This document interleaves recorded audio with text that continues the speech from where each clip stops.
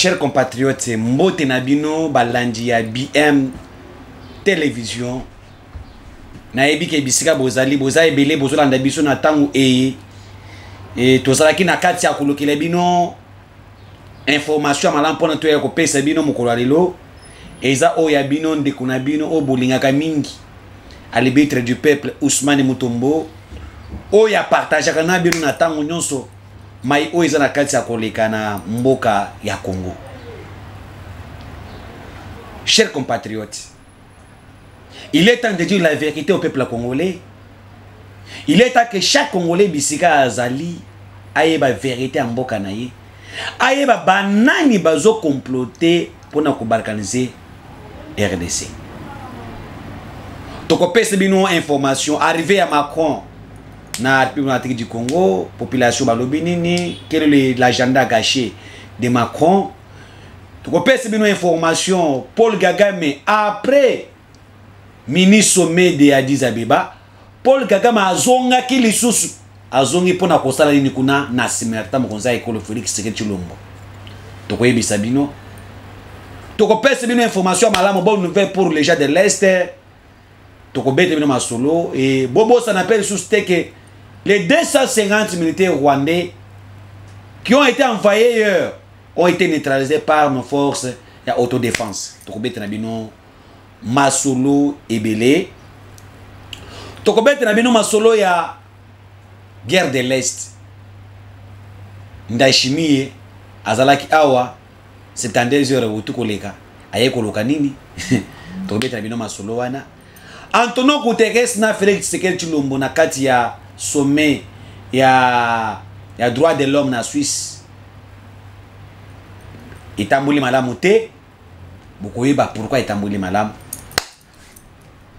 Nyonso ezalaka bajete. Nyonso sengito lo bapona mboka na biso ekende liboso. Merci nde bandeko ya ngai tozobanda na mai oyo etali mboka na biso. Tozobanda na mai oyo etali na mboka ya biso na Est.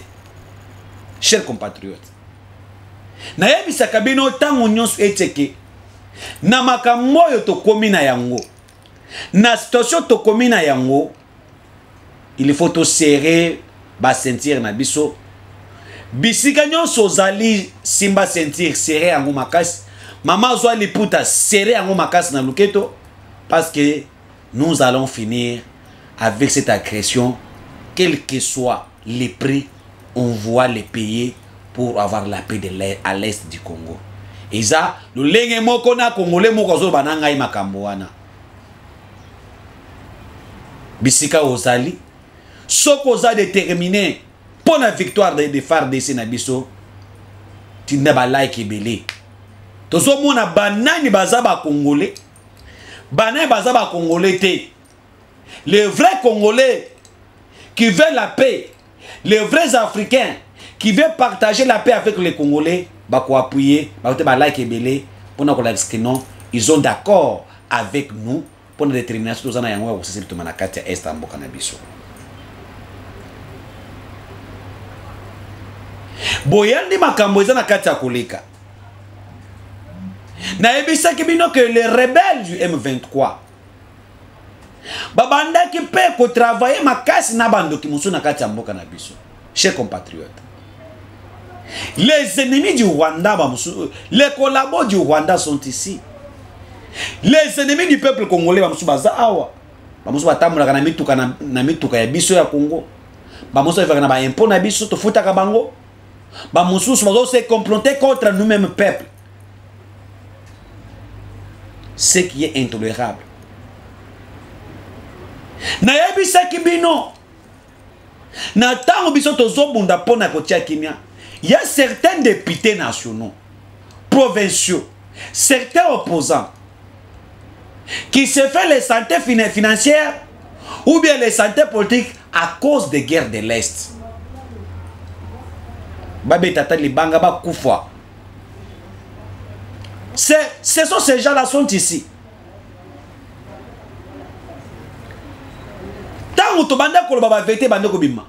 Je vous informe que les députés nationaux Mugalisha, je pense, Mugaisha, a été arrêté hier par nos forces armées congolaises, azana audition déjà na aner. Bakangi sur les champs. Beaucoup de loba pona nini, bola d'information beaucoup ba tini bakangi. Les FARDC bazana kacha kolonga bitumba. Na ibisaki bino mushaki ba récupérer Mweso, Rubaya, Karinga, hein, Munki, Muking. Donc tous ces villages, ces localités ont été récupérés par les FARDC. Une force de frappe. Il faut poser la question de savoir comment Kaka M23 bazui Rubaya. 48 heures plus tard, les FARDC va récupérer Rubaya, va pousser Bango. Quand je vous informe les axes Sake, Ruchuru, hein, Sake, Kichanga Goma, Kichanga Sake Goma, Goma Ruchuru, donc axe en base là où ils bloqués ont été récupérés par le FARDC. Et ils ont un contrôle de la FARDC Nabiso. Bah, PC communiqué na kati na Goma par le gouverneur de Goma à Funguli Banzela wana les commerçants peuvent circuler librement. Le transport des biens et des services peuvent circuler librement sans s'inquiéter parce que na contrôle la FARDC. Ça c'est la bonne nouvelle. La bonne nouvelle oyebimi na tongwa lelo na Goma. Le peuple na Goma basana katia esengo. Ça c'est le fait de FARDC. La puissance de nos forces armées congolaises qui ont mis les rebelles en débandade, en fuite, va récupérer mon panziwa. Zera Kichanga Mweso récupéré sous les contrôles de nos forces armées congolaises. Et aussi il y a Ndekunabiso mouvement autodéfense où bazobunda pona ko défendre ekolo na kati ya minduki où biso défendre na kati ya baitandoke butumoi. Kasi na kati ya bitumba wana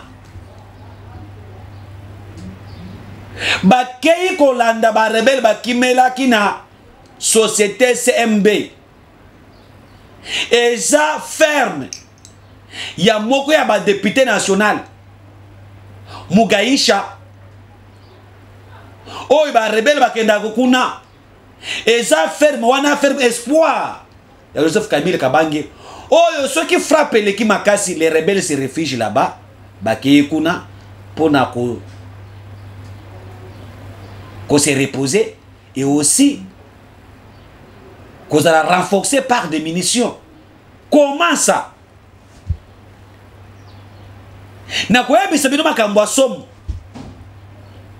Or, les députés wana collaborent avec les M23.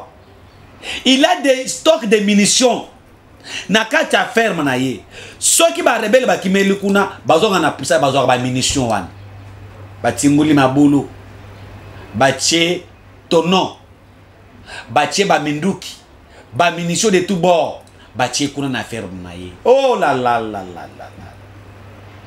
Et ceux qui sont dans cette ferme là, ce sont des Rwandais, les militaires rwandais qui sont les bergers de cette ferme là. Mikolo wutu koleka. Bakangaki bateau Emmanuel. Oh, ezalaki na munitions de guerre. Destination ferme espoir. Munitions de guerre pour renforcer les M23. Ferme espoir ya nani? Ya Ndeko Joseph Kabila Kabange. La raison pour laquelle bozomo depuis makambo e banda. Le régime passé. Oye signé ki bako. Oye bi makam oyo bakangi munoko. Mutu moko atakoloba asati. Bangonon suna banda bakangi munoko. Et vous vous posez la question, pourquoi cette silence de ces gens ici? C'est parce qu'ils sont complices.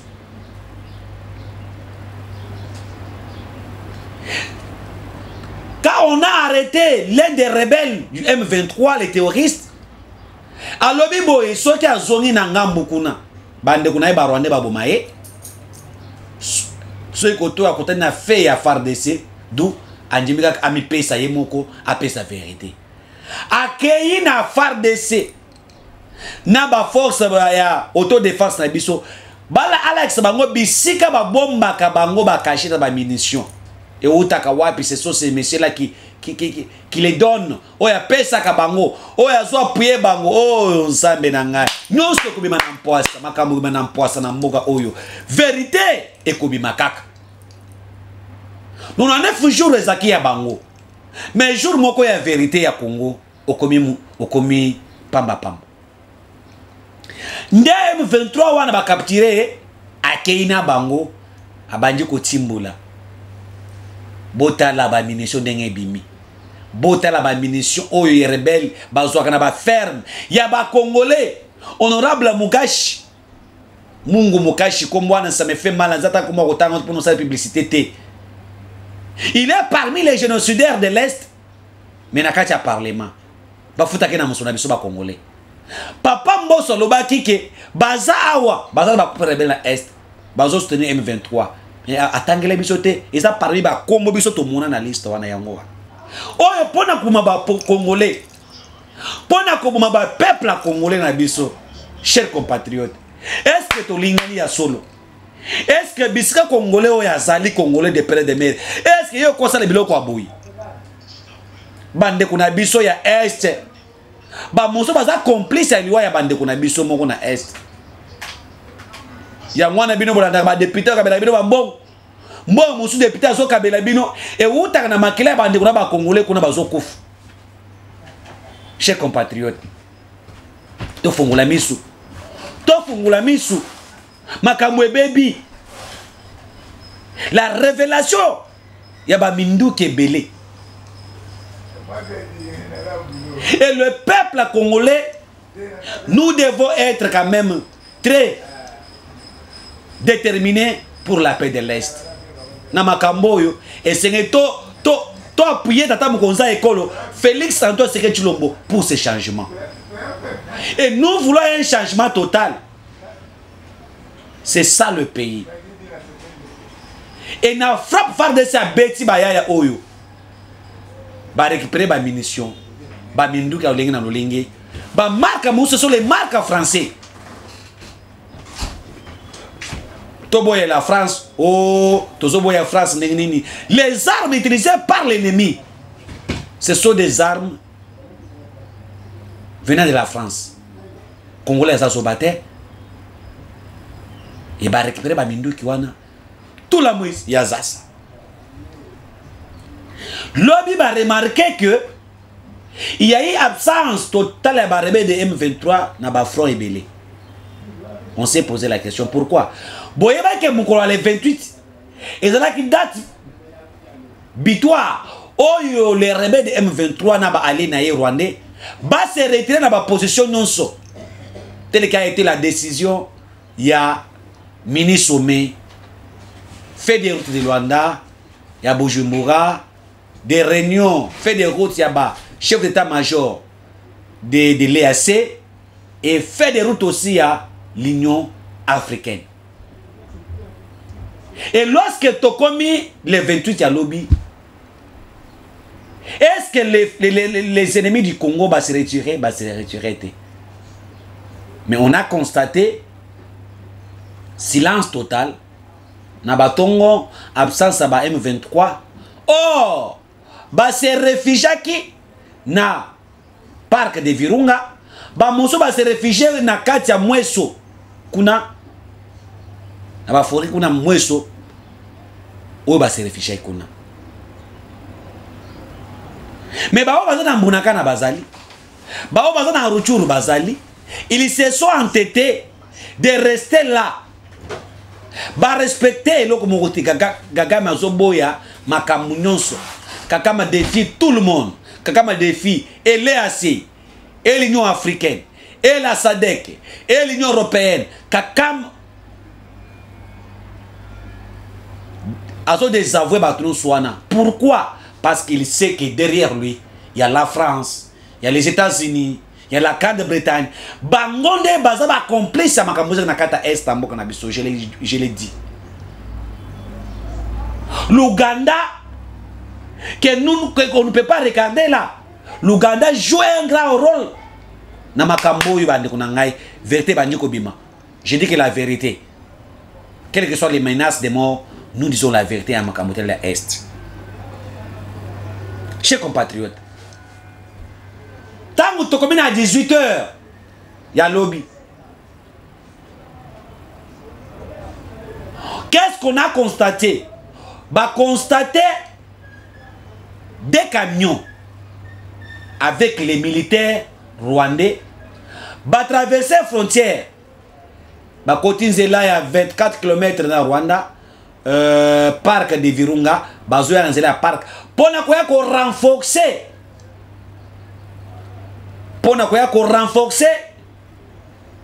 les rebelles du M23, na munitions et avec des hommes. Le Kola Nzambala la Kate, nos services de renseignement militaires, en collaboration avec les mouvements autodéfense, et bah Congolais Nabiso, batandre bango piège. Gloire à Dieu. Batiki bango ba avancer. Ba continue à parc, ba avancer, ok. Ah, bah, n'a pas bimeli bango. Oh là là. Nazo ebisebino qu'il y a des morts, des militaires rwandais neutralisés. Bah, bibim na bango, ils ont été à Kata Parc de Virunga. Il y a des morts et des morts. Talaka ba tuwasa na Kata Mutuka. Nana ba kitite ba bimele bango suko. Ba obi. Tata. Kou. Tata. Nazo ebisa ok. Ba frappe bango lo lenga ko sakanate. Nazo épargner bino na ba mort. Parce que na banaïti ba pekisa biso ko tia ba bilomo ba makila mingi. Oiza somo mingi. Nazo épargner bino, mais je vous dis qu'il y a des morts. Les 250 militaires au Rwanda tindaki en complicité na Ouganda pour de bailler na renforcement M23 ont été massacrés. Coup de chapeau. Ingeta avec Dieto Kolonga massacrés. Les munitions ont été récupérées. Des munitions modernes. Des munitions modernes, chers compatriotes, qu'on a récupérées. Marque français. La raison pour laquelle, lorsque les Congolais ne voulaient pas de la France, il y a moins de boyaux communs. Tant que Betty frappe wana, Bomoni Gagame, Ndoki, Abimi, et c'est le somme, Azo Lobana Congolais, Azo interpellé Congolais, pourquoi Bazo ça la marche contre l'arrivée à Macron. Ce n'est pas Macron le problème c'est Tshisekedi. Vous écoutez ça? Gagame a quel pouvoir de condamner un peuple souverain, Namboka Nabiso, de le condamner, na marche au Congolais Azo Sala pour revendiquer droit naïe, pour fustiger l'implication ou bien l'athlétisme de la France dans l'Est. Vous allez comprendre maintenant que la complicité d'Emmanuel Macron avec Kagame. Emmanuel Macron vient ici avec l'agenda caché de Paul Kagame. Mais Bazou frappe. Bazou frappe dans l'Est. Au moment que je vous parle dans Rwanda, Bibembe. Bazoli yango na banyama. Bibemba na bino bakoli yango epa bandeka likolo. Banyama ya parc de Virunga bakoli bibemba na bino. Bandeka na ya parc de Virunga bakoli bibemba ba Rwandais. Les Rwandais neutralisés. Les Rwandais morts. Ya wana boyoki opposant ya régime ya Kagame. A bengisi marche na Rwanda. Pona ko protester contre le plan ya Kagame face à RDC parce que bande kuna bango basakata ko kufa na bitu na RDC na intérêt ya moko ya Kagame kaka ye moko. C'est la preuve, c'est ça les choses commencent à changer. Les choses commencent à bouger et les peuples congolais vont libérer et l'Est du Congo et les Rwandais. Le régime rétrograde de Kagame, il va prendre une leçon. Chers compatriotes, Makamoto sur la Zoloba. Naebi.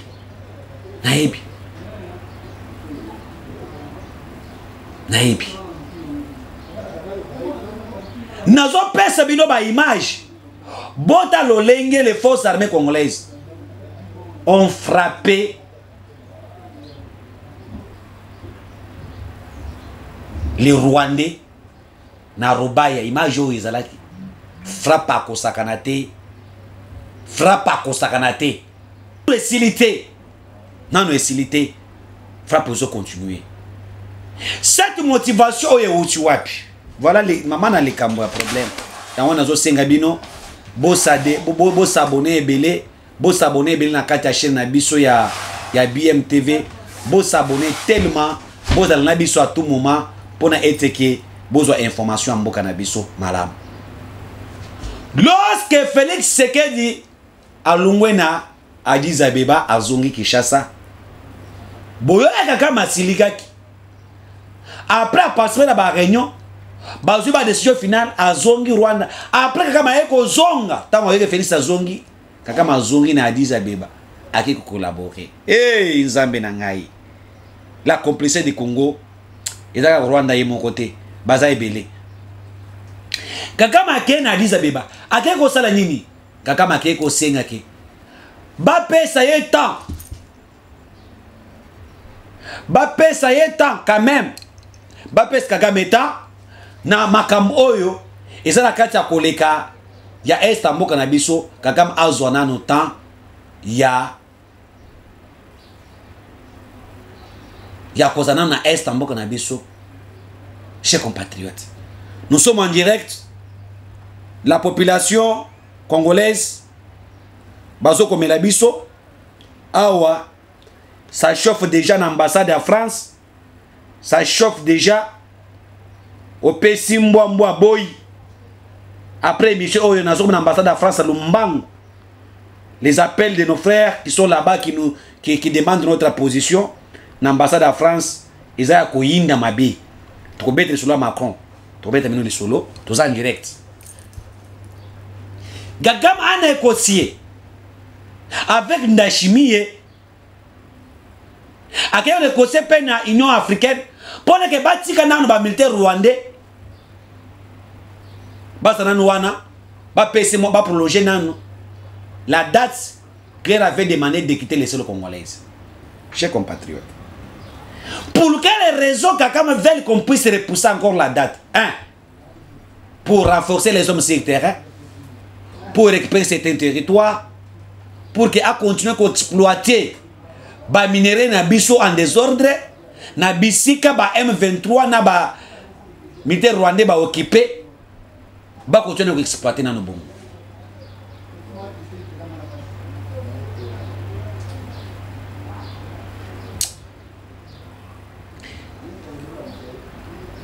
Lorsque Kagame a servi biloko wana, Félix Sekedi a été informé. Félix Sekedi a dit non, pas question, trop c'est trop. Le plan c'était quoi? De demander à nos forces armées congolaises de tempérer la décision de cesser les faits pour que Yabandako renforcer des hommes sur le terrain, en munitions et tout, bah construire qu'on attaquer nos forces armées, bah récupérer ma position en fait que si Macron a koya a coûté ma position ya makasi dans tous les territoires, en fait que bah obligé Congo tout que nous s'agir de pas Rwanda na diplomatie na dialogue pour la paix de l'Est. À cela voyez mon côté, il a même contacté certains hommes politique na mboka na biso, certains députés, ya wana boyoki ba député moko na est provincial est bazo senga na le gouvernement que il faut que makambo ici à travers dialogue. Ba to na contacté par les Rwanda, ba collaborer ya Kagame na mabele na biso, ba lobby que il faut la solution soit sur baba que na dialogue, ndeko pe solution facilement. Boyoki plan bateau. C'est ça leur plan.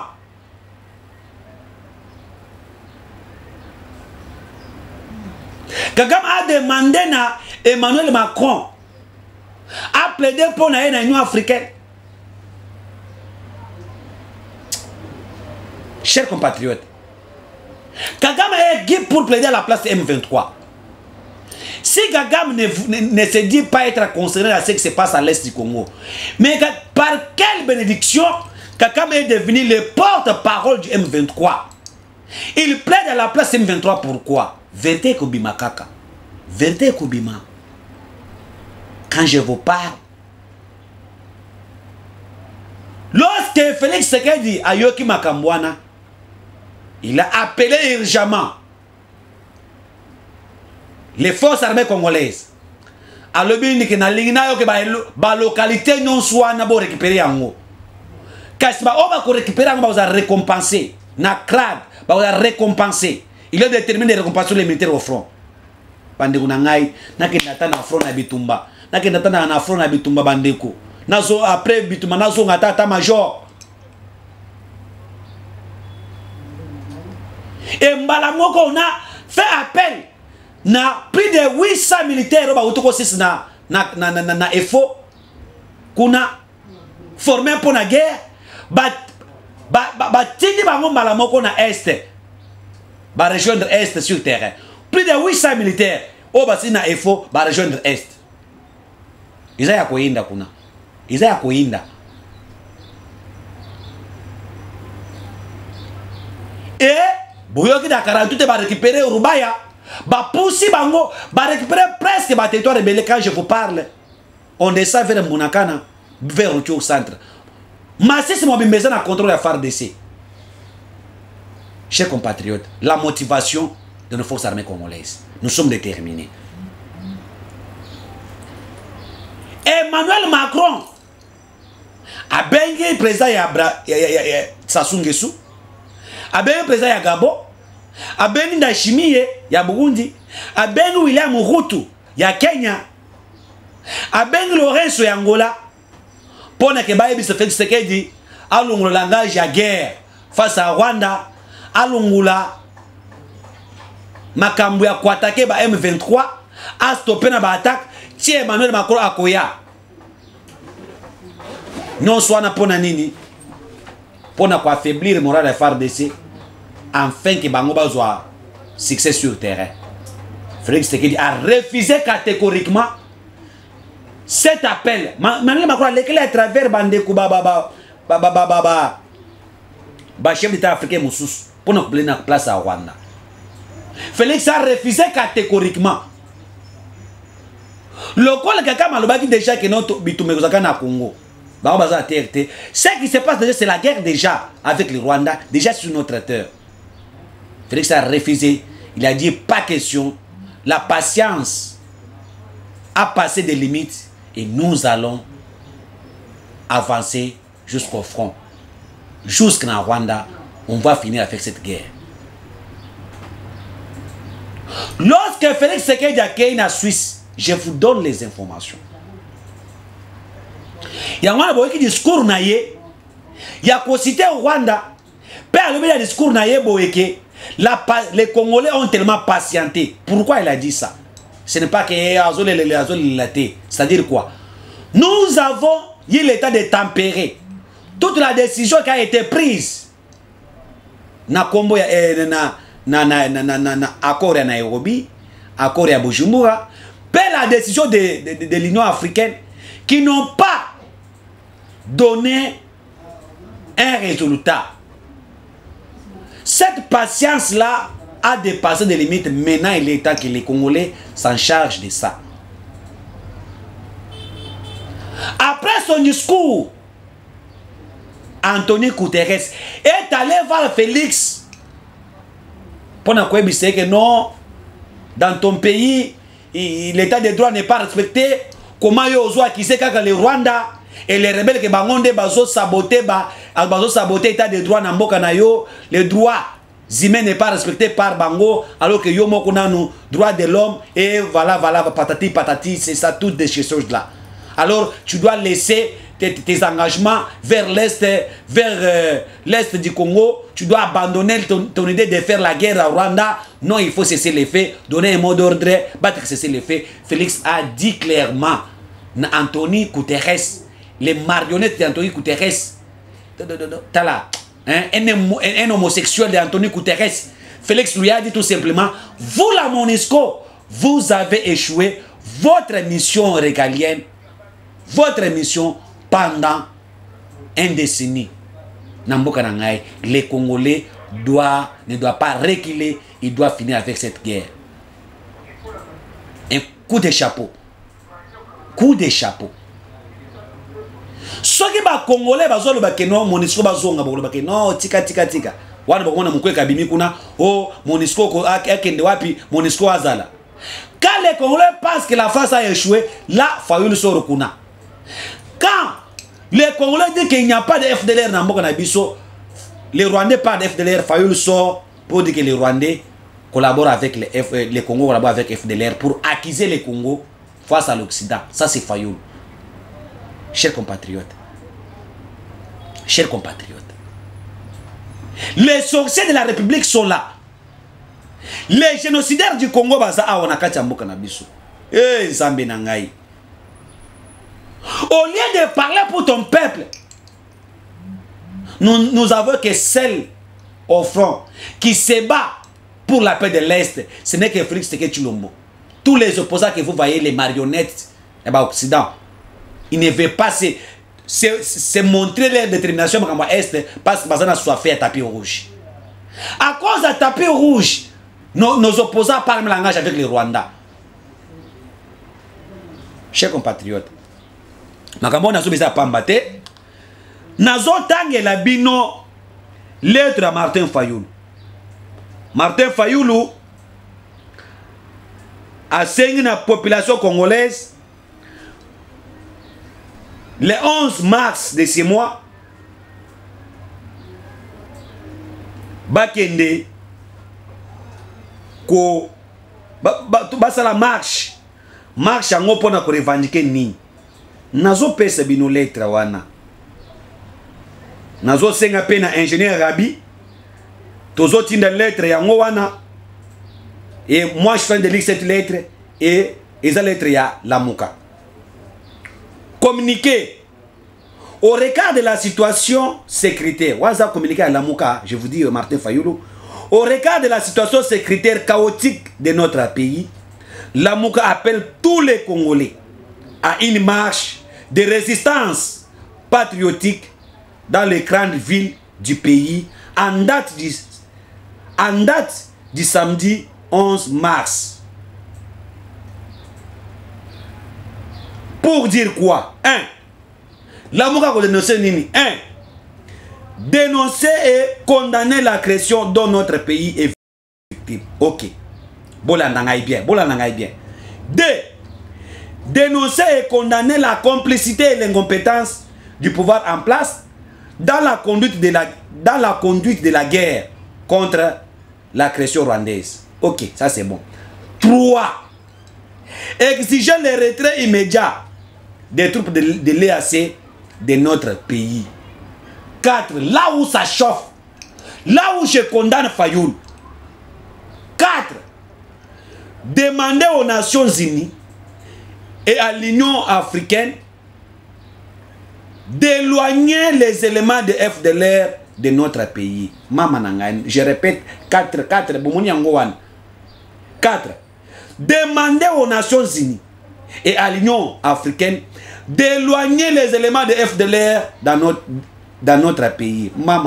Ça c'est Martin Fayoulou. Chers compatriotes. Voilà comment Martin Fayoulou joue le même rôle avec Paul Kagame. Paul Kagame dit que le FDLR basé au Congo et l'armée congolaise va collaborer avec le FDLR pour attaquer les Rwandais. C'est la raison pour laquelle lui aussi attaque la RDC.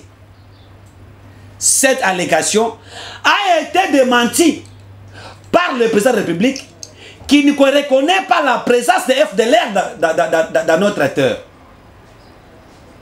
C'est parmi des prétextes que le monsieur Paul Kagame utilise pour profiter de tuer à l'est du Congo, pour profiter de piller nos ressources minérales à l'est du Congo à cause de ces prétextes FDLR. Et M. Fayoulou vient de donner le poids à Kagame. Mais M. Fayoulou reconnaît que non, au Congo, il y a le FDLR. Il demande à l'Union européenne et l'Union africaine de faire tout pour éloigner le FDLR dans Mboka na biso. Mais M. Fayoulou, tu joues pour qui? Mais M. Fayoulou, osons jouer contre qui? Ozo rouler pour qui? Tu roules pour Kagame parce que tu as besoin de tapis rouge. Bozo mona siko. Nani siko aza marionnette ya Kagame? Congolais. Congolais fongola miso. Qui est le marionnette de Kagame? Qui parle le langage avec Kagame? Qui est le collabo de Kagame ici? Babani Kobima, Fayule Wanabimi. Fayule Wanabimi. Mama na mama ye. Fayule Wanabimi. Fayule zo pesa Rwanda beki. Ya kolobaki oui ya sur ba FTD bazala mboka na biso. Fayule zo pesa mo beki. Congolais ko na balabala te. Sogo bi pena balabala et ko la que ya solo naba sur 4 points que Fayule a demandé, même ça oyo so misango wana Isaiah solo. Tu sais pourquoi Ketchango na suka avec les biso il y a des déterminations ya ko bimis ko longa ba soda ya l'AC ko sala boy. OK, après ayeko bomba bor o na sima. Pour que boza la avec les to qui ne passe que bona boy. Bon tant que communiquer na suka eza mawa. Mawa pour que les Congolais bazo compte na rang ya Rwanda pour ne même langage avec les Rwandais. Offrons nous avons que Félix Antoine Tshisekedi Tshilombo et les forces armées congolaises et nous la population pour défendre ces pays. On n'attend rien de ces opposants qui veulent se faire les santé politiques à cause de la guerre de l'Est. Qui veulent le pouvoir, coûte que coûte le pouvoir, même si bazo bande kunao coûte que coûte c'est le pouvoir. Banyanga la 4. Chers compatriotes, quand je vous parle, Isaiah Koinda, Emmanuel Macron, population bazoboya, présence à Emmanuel Macron, na kati ya mboka na biso, vina bambela oyo biso ba Ousmane Mutombo le bitu du peuple, to lobaki awa boutou pe moy, to senga population bazala mobiliser pour mettre échec na plat oyo ya bangone a peuple eza Rwanda en complicité na mutu na ye oyaza Emmanuel Macron azoya na kati ya mboka na biso population baboyi batomboki. Voilà en image ce qu'on a réservé à Macron, ce que la population ont fait hier, une marche na million sur ambassade bakoma, pas question de Macron marionnette, Macron égale à M23 égale à Rwanda.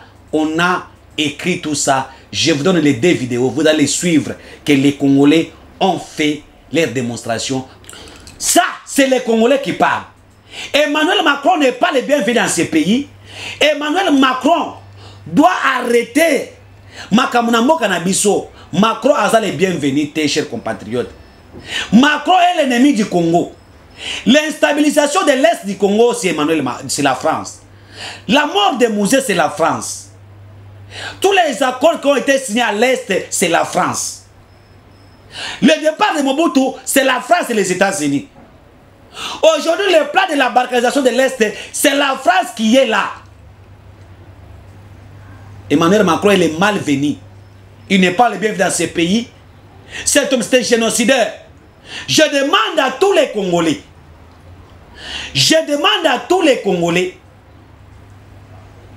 De réserver une humiliation à Emmanuel Macron. Ce qui cortège à Macron et l'équipe, au Pessango Congo, Bana Changu, Bana Masina, Bana Njili, Bana Matete, Bana Kingabwa, Bana Mwamba, Bana Gombe. Tout ce mon drapeau ya Russie na maboko. Tout mon drapeau ya France. Oh, il te la mokolo lobby. Nous devons réserver à cet homme une humiliation. Le Congo, Macron. Macron il veut pour ses intérêts à lui. On n'attend rien de cet homme. Il vient pour plaider à la place du Rwanda. Il vient pour venir intimider Félix Tshisekedi ici. Chers compatriotes, aucun Congolais n'a pas besoin de la présence d'Emmanuel Macron. Mobilisez-nous comme un seul homme. Alors, j'ai profité de cette occasion d'interpeller Ndekonangai. Nous aussi un message. Nous avons interpellé Augustin Gabouya. Si réellement ce que je vis dans les réseaux sociaux est Zayo, nous avons zonga sima. Yebisa batu na yo, ce que Zayo te, ba démentir yango.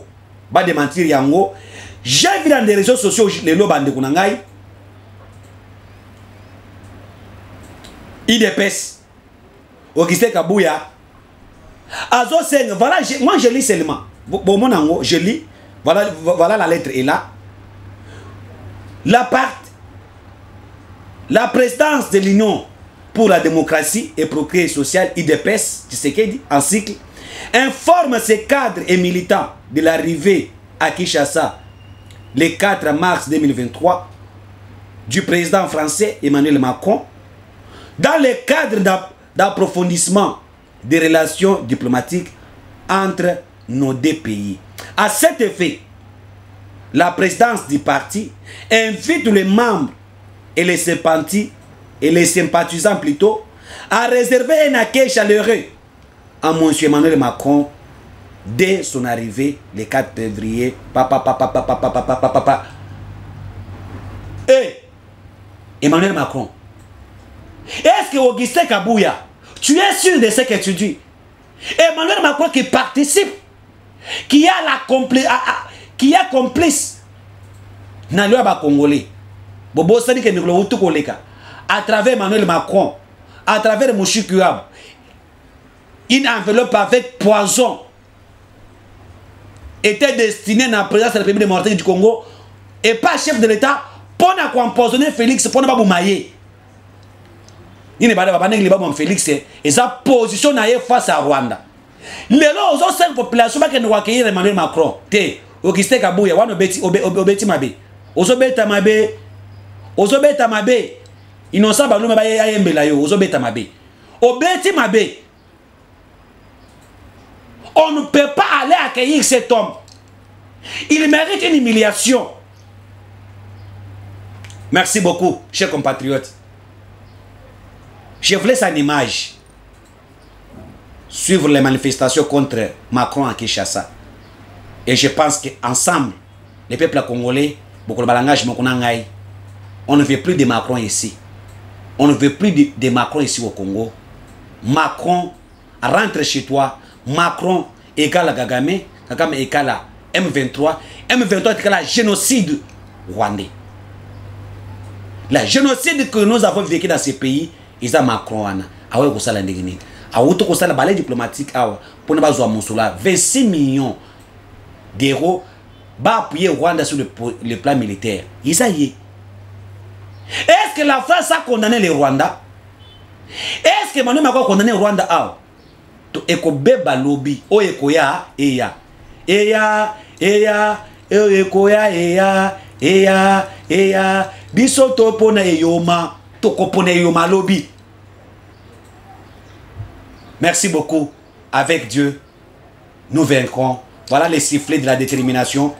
Lèvons-nous comme un seul homme pour changer ce pays. Demain, Oyekoya, Eya, tombe le drapeau à Russie, tombe le drapeau à France. C'est ça, c'est la fin de cette hypocrisie française au sein de notre pays.